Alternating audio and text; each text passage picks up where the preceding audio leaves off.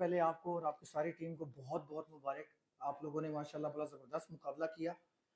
और मैं भी रावलपिंडी चैम्बर का तकरीबन 12 साल से मेंबर हूँ।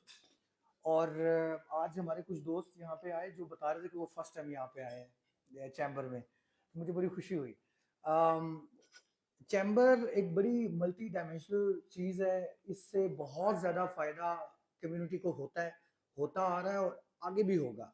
पूरी दुनिया के अंदर बिजनेस चैम्बर्स कायम होते हैं, हर मुल्क में, हर शहर में होते हैं और वो ये काम कर रहे होते हैं। मैं अपनी एक छोटी सी एग्जांपल आपको दूं रावलपिंडी चैम्बर के साथ, जो मेरी एक ऐसी एफिलिएशन है जो मुझे हमेशा बड़ी अच्छी लगती है। मैं जब रावलपिंडी चैम्बर का मेंबर बना, तो यहाँ आज से 12 साल पहले, तो एक रावलपिंडी चैम्बर ने एक वर्कशॉप का इनेकाद कराया। उसका नाम था इमोशनल इंटेलिजेंस। तो किसी स्मेडा एक अदारा आई थिंक उसको एंगेज किया हुआ था पिंडी चैम्बर ने, और उन्होंने एक वर्कशॉप कराई थी। और जाहिर है कि यहाँ पर वो कमर्शियल बेसिस पे चीजें नहीं होती, तो बड़े नॉमिनल से फीस कोई दी थी हमने। तो वो जो एक ट्रेनिंग मैंने अटेंड की इमोशनल इंटेलिजेंस की, उसने मेरी जिंदगी में कितना मस्बत इम्पैक्ट दिया कि मैं बताऊं कि उसके बाद मैं लर्निंग एक्टिविटीज का रेगुलर हिस्सा बनना शुरू हो गया। तो बेसिकली चैम्बर ने मुझे वहां से मतलब एक चीज मुझे मिली कि यार इस तरह भी सीखा जा सकता है, क्योंकि बेसिकली हम में से ज्यादातर लोग जो हम रही है मैट्रिक पास, एफए पास, ज्यादा एजुकेशन नहीं होती हमारे पास, लेकिन काम की समझ हमें आ जाती है। तो ये बात मैंने इसलिए की है कि जिन लोगों को इस चीज की अफादियत का अंदाजा नहीं है कि पिंडी चैम्बर से इंसान कैसे सीखता है, तो इससे आपको समझ लेना चाहिए। दूसरी चीज, नेटवर्किंग। हमें कारोबारी दोस्तों के साथ मिलने का इत्तेफाक होता है। आज मेरा बेटा भी मेरे साथ आया हुआ है। वो मुझसे पूछ रहा था कि ये कौन लोग हैं, ये क्या हो रहा है सब कुछ यहाँ। तो मैं उसे बता रहा था कि ये सारी हमारी रावलपिंडी की बिजनेस कम्युनिटी है। हम यहाँ आते हैं, हम दोस्तों से मिलते हैं, आइडियाज एक्सचेंज करते हैं, और इसके अलावा अगर हमें कोई प्रॉब्लम हो किसी किस्म की, कोई फ्रॉडिया हमें टक्कर जाए, कोई और इस तरह का अल्लाह ना करे कोई मसला हो जाए, तो हम यहाँ लेके आते हैं। तो ये लोग हमारी ताकत है। तो मैं तो अपने बच्चों को भी एजुकेट कर रहा हूँ कि इन चीजों का हमने हिस्सा बनना है। इसके बाद सर मैं फाइनली जो बात करना चाहता हूँ, सरदार साहब ने मैं जब 10 या 12 साल पहले जब मैं अटैच हुआ था यहाँ चैम्बर के साथ, तो उस वक्त जाहिर है कि हमारी रियल स्टेट की नुमाइंदगी इस तरह प्रोमिनेंट नहीं थी जिस तरह माशाल्लाह आज है। ये सरदार साहब की एक जाती मेहनत का भी नतीजा है, और उसके अलावा चैम्बर का डायनामिक होना भी, मतलब ये साबित हो गया कि चैम्बर बाइस नहीं है। चैम्बर सिर्फ मर्चेंट्स के साथ नहीं है, चैम्बर सिर्फ ट्रेडर्स का नहीं है, चैम्बर सिर्फ इंडस्ट्रीज वाले लोगों का नहीं है, चैम्बर रियल स्टेट वाले लोगों का है।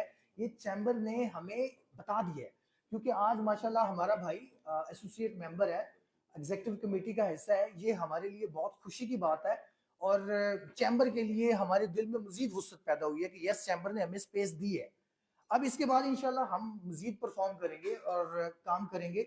जिस तरह मैंने इमोशनल इंटेलिजेंस का एक जिक्र किया, वो जिक्र इसलिए किया कि पिछले 2-3 साल के अंदर कारोबार हमारा जो रियल स्टेट का कारोबार है, कुछ तो हुकूमती पॉलिसीज की वजह से सफर कर रहा है, कुछ हमारे इंटरनल मैकेनिज्म, जो बिजनेस के अपने इंटरनल मैकेनिज्म्स हैं, उनके अंदर जो फ्लॉज हैं, उसकी वजह से भी हुआ है। क्योंकि पिछले 3-4 साल में अरबों रुपए का, खरबों रुपए का हमारी मार्केट में फ्रॉड हुआ है, आरओआई के नाम पे, कंफर्म गारंटीज के नाम पे।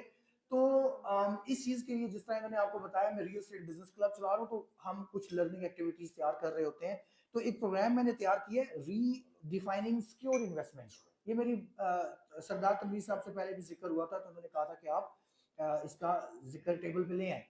रीडिफाइनिंग सिक्योर इन्वेस्टमेंट में हमने ये एक ऐसा ट्रेनिंग कोर्स बनाया है जिससे इन्वेस्टर्स को और जिससे रियल्टर्स को और मार्केटिंग कंपनीज को एक ऐसा फ्रेमवर्क हम देंगे कि उस फ्रेमवर्क को फॉलो करने से लोगों का पैसा गलत जगह पार्क नहीं होगा।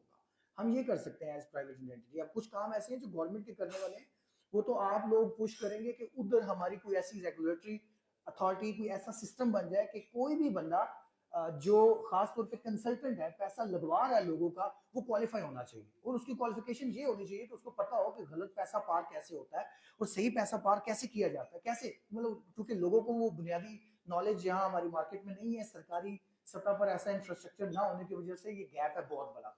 सो what I want to offer is कि जो चीज हमने तैयार की है, वो सरदार साहब के तवज्जुह से मैं पिंडी चैम्बर के प्लेटफॉर्म पर ओपनली, विदाउट एनी थिंग वो हम पेश करने के लिए तैयार है। जिस तरह मैंने इमोशनल इंटेलिजेंस या इस तरह की लर्निंग प्रोग्राम से सीखा इस तरह आई थिंक कि अगर ये प्रोग्राम हम ऑफिशियली पिंडी चैम्बर लॉन्च करें, हम अपना किरदार अदा करेंगे, we give them the framework of investment, right investment करने के लिए कौन सा फ्रेमवर्क करना चाहिए। मैं सीधा सीधा से सिर्फ 4 पॉइंट्स है, लाइक उसमें ओनरशिप चेक करना बहुत जरूरी है, उस प्रोजेक्ट के पास एनओसीज होना जरूरी है, वो जो लोग हैं जो बना रहे हैं उनकी क्रेडिबिलिटी चेक करनी चाहिए, कैसे चेक करनी चाहिए, और चौथे नंबर पर जो प्रोजेक्ट बनाया जा रहा है क्या उसकी रिक्वायरमेंट भी वहां उस मार्केट में मौजूद है या नहीं।